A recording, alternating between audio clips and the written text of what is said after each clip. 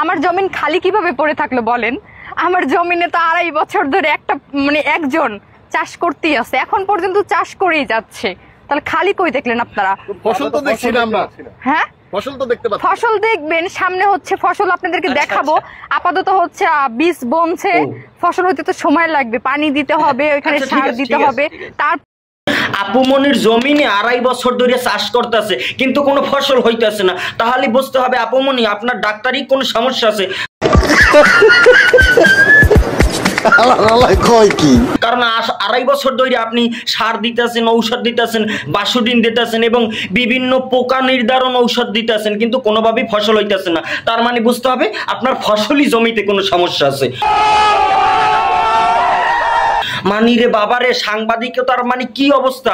মানে যেখানে অরিজিনাল ফসলটা ফলে, যেখানে অরিজিনাল কৃষকরা ফসল দেয়, সেখানে সাংবাদিকতা করতে যায় না, যেখানে ফসল হয় না সেখানে যাইয়া মনে করেন সাংবাদিকতা করতেছে। মাহবুবরে খোদারে বাবারে, মানে এদের কি অবস্থা! কোথায় সাংবাদিকতা করা লাগবে, কোথায় ফসল ফলাইতে হবে এটাই জানে না। আর একটু দে সাংবাদিকের একটু দিয়ে ট্রাই করো যে ফসলটা হয় কিনা, সাংবাদিক তাহলে মেলা খুশি হবে। মানে সে নিজেও ফসল ফলাইতে চাইতেছে আপনার জমিতে, কারণ আপনার তো একজন আছে সে তো ফসল ফলাইতে পারে না। এখন এই সাংবাদিকের দিয়ে একটু ট্রাই করেন, আমি শিওর যে আপনার ফসল অবশ্যই হবে।